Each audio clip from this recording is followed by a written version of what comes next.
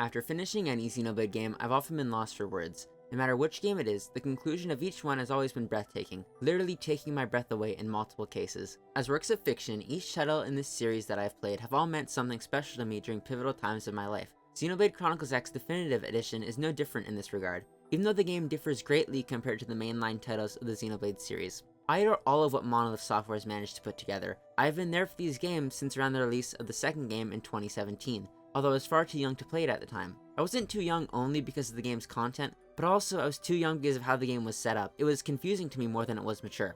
I bought the second game because of all of the praise Etika had said about it on various streams and videos. I had wanted a new Switch game to play, and this one seemed interesting. All of the gameplay in his videos looked like nothing else I had ever seen before. I'll always associate this series, and the second game in particular, with Etika, and I'm glad for that. Even when I hadn't played Xenoblade Chronicles 2, I was interested in the title. I may have placed negativity on the game retroactively. This negativity swelled even after playing the first game, which is another game that means a lot to me. I played Xenoblade Chronicles Definitive Edition during another downward time. It was the last breath of the pandemic.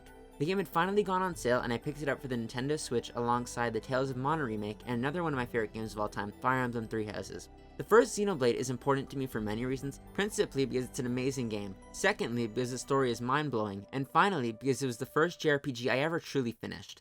I played tons before, yet never beat them. In the years after, I would play Xenoblade 2 off and on, then beating it during yet another pivotal point in time. Following that, I played Future Connected and Torna and enjoyed my time with both, just as much as I had playing the first and second game respectively. I've not yet played Xenoblade Chronicles 3, nor have I played Future Redeemed. I own the game, but have held off largely for time constraint reasons. That's the entire context behind my adoration of this franchise. I could likely go on for hours on end about what each of these titles meant to me when I played them first and what they mean to me today, and maybe someday I'll do that. As a game, Xenoblade Chronicles X infrequently reaches the peaks of the numbered entries in the series. The best parts of those games are the story, and this game's story is just not as deep or mind-bending as the first and second game. But to me, just because the narrative of the title isn't as incredible as past games, doesn't mean it wasn't worth telling or experiencing. Although the story isn't jaw-dropping, that doesn't impact the best aspects of Xenoblade Chronicles X. This would have been Monolith Software's first ever HD video game, so you can kind of look at Xenoblade Chronicles X as more so a test of Xenoblade in HD than anything else. In a sense, it kind of justifies where the game is worse off than the first one. The Wii U was no Nintendo Wii, but it was much more powerful, as it was basically 2 generations ahead of the original Wii system. It would make sense to have the studio's first HD project focus largely around building a world and upgrading their in-house engine to properly handle a game at the scale of what the Xenoblade series demanded. Monolith Software went a cut above though and took great inspirations from the most acclaimed Western or American game developers when designing X, and you can feel it. The studio said early on they were taking inspiration from Bethesda, inspiration that is felt in Mira, the game's story, and the choices the team made about who the characters would be. Xenoblade Chronicles X stars American characters from America on a settlement full of Americans and dubbed by American voice actors. It's the most westernized or Americanized game Monolith Software had made, even more so than Disaster Day of Crisis. Western RPGs are often about player choice, which is a massive focus of X, a focus that makes more sense when you consider that Xenoblade Chronicles X was jointly developed alongside the second game, and then staff were then moved off the project to assist on Breath of the Wild's development, along with other Switch launch games such as Splatoon 2. Why make the story of this new side of the Xeno series super deep when Takahashi could save his best writing for the sequel to his masterpiece? Why not make the game taking inspiration from American RPGs a true role-playing game and bring the character along a journey they make for themselves with the guidance of an external force? Purposely or not, I believe Xenoblade Chronicles X is also a masterpiece. What the game tried to do, it excelled at, and those aspects all come together to make what is undeniably one of the most original games from Japan in decades. While some flaws would have likely held it back for some people, they generally don't ruin my experience.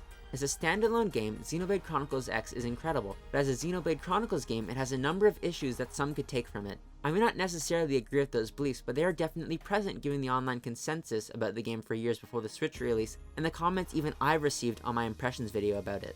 There are certainly things to pick at about Xenoblade as a series, and X has issues no other games in the series has, but X also has highs that no other title could ever touch. Those highs are largely because of moments that don't stack up particularly well against the first game. There are aspects anyone would immediately think about when discussing what makes Xenoblade great as a series: the story or the characters, the world or the exploration, and the combat or enemy encounters. Most Xenoblade titles execute all of these greatly, but X does 3 of them perfectly and 1 of them decently. The 3 things Xenoblade Chronicles X does better in my opinion are the combat, the exploration, and the world design. Speaking strictly about the world, set on Mira, this is the most thought out and intricately designed open world I've ever played outside of a select few titles. By far, it is the greatest world in any Xenoblade game that I've played. The cohesion of how everything is connected, the unique atmosphere of each location, and most importantly, the truly diverse flora and fauna. Take Sylvalum, I believe is the third location the story takes the characters to. This one region has some of the best visuals I've ever experienced in any video game. I was immediately wowed when I entered. It's uniquely designed in a way only Monolith Software could do. Sylvalum was by far my favorite region of Mira, solely because I'd never seen anything like it. What about Noctilum? This is the second area of the game, and it's a typical Xenoblade forest, very similar to the one from the first game. Yet here, it's even lusher and more intricately designed than ever before. The other regions are all the same. Oblivia, Cauldros, and the uncharted waters of Mira are all fun to explore. Just like Breath of the Wild and the best open world games, if you see something, you can go there, and in X, I did this. I wanted to see how far I could swim, so I went for a 10-minute long swim only to eventually reach a random island. Sure, I was underleveled and didn't have a Skell yet, but the fact I could even go this far without one is a testament to the game's strengths. It's a truly open world. There are no loading screens during exploration, and it's incredible. Of course, it doesn't matter if the world is amazing if the exploration isn't fun, which luckily it is. The exploration has 4 main tasks, expanding Frontier Nav being the most important. This is basically Breath of the Wild towers that aren't actually towers. They generate valuable resources and work as respawn or teleportable locations. The other tasks are finding treasure, increasing the percentage of the continent you've explored, and doing battle with enemies. There's also a long list of affinity quests, side quests, basic missions, and main quests to do once you want to learn more about Mira, get farther through the story, or increase the number of available party members.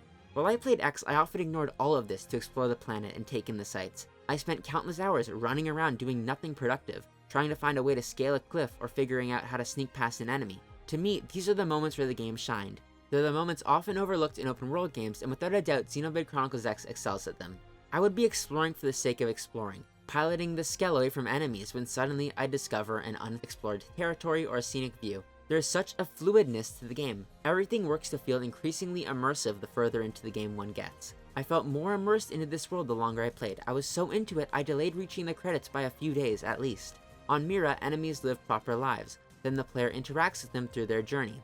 Do you try to take on a giant robot mech, or do you attempt to avoid it to reach the treasure? There was one moment in the game where a group of the game's antagonists, called the Ganglion, were camped out in front of a Frontier Nav site I hadn't set up yet. I had to get my party to somehow engage with battle with them, slowly dying from higher level enemies, while I took forever to plant the FN which would clear the area out. That single moment will stick with me forever. The interaction I had with the game's world, in essence the sandbox, was unmatched. I was hooked on Xenoblade Chronicles X the same way I've been addicted to the open world Legend of Zelda games. It's part of the reason for why I really loved this one. In battle, there's 2 styles for combat, one being on foot, which took the bulk of its design from the first game. This is almost one-to-one of how Shulk controlled. There's attacks from left, right, forward, and backwards, arts on a bar, and the basic stagger plus topple gameplay is here too. Unlike the first game, there's also a feature called Overdrive, which drastically cuts down on the wait time between arts to load, and also feels really awesome to use. In the Definitive Edition, when you press the Y button, provided you have enough charges, you can completely recharge an art and use it immediately too.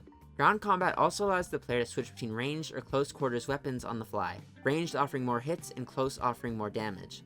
The ground combat is as traditional Xenoblade as you can get, which means if you didn't enjoy the combat, you won't love it here either. Unlike Xenoblade 2 and even the first game to a degree, there really isn't any collision during combat if you're grounded. Attacks happen and there's zero weight to them. This problem is immediately alleviated once you unlock the Skells. One thing that's different from other titles in the series and makes the game combat incredibly satisfying is how party members will call out which arts to use. If the enemy is close to being toppled, they'll call for a ranged attack to topple them. These are recorded lines that do get old at some point, but they tie the team together, like how in an MMO, someone would call out when to attack / where to target. The second form of combat involves the Skells, which is basically like Xenoblade 1's combat again, but this time you're in a giant mech where everything does tons of damage. You can take out enemies who are much higher level than you, and also simply feel really cool while doing so. The downside, Skells use fuel in battle. The upside, every party member can use their own in battle and in the overworld. What about the Skells though? Well, they're as cool as they look, and they're extremely fun to pilot. Suddenly, after unlocking them, the world opens up. Finally, the scale of Mira is broken open, and everything is available to the player.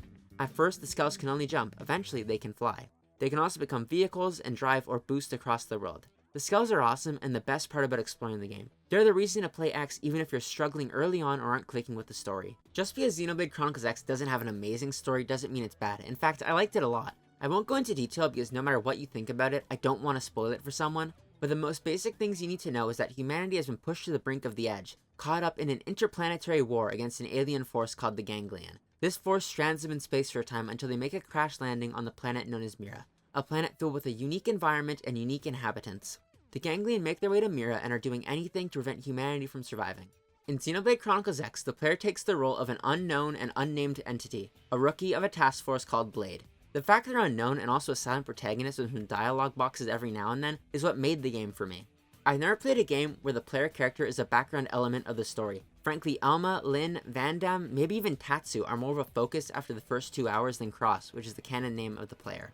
These characters are some of my favorite in the entire series. I loved Alma's entire story. I won't touch on it though. The same goes for Irina, Lynn, and some of the others who join your fight from side quests. A favorite of mine was this lady called Neil Nail. Her design is great and their side quests were fun. She became a permanent 4th member after I unlocked her.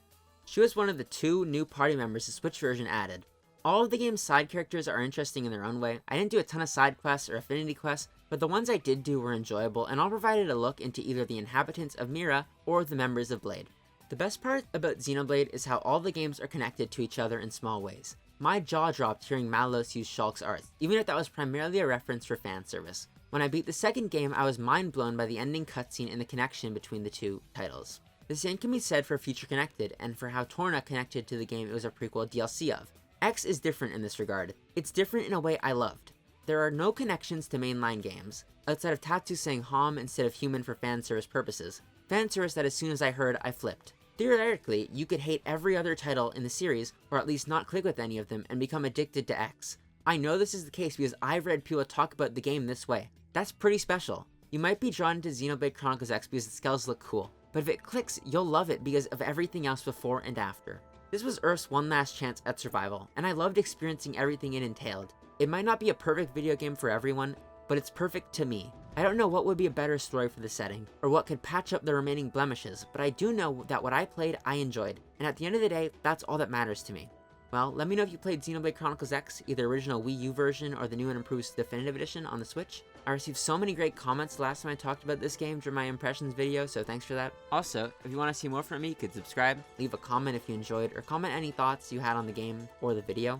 I'm always trying to improve. Click the videos on screen now, and I hope you have a good day.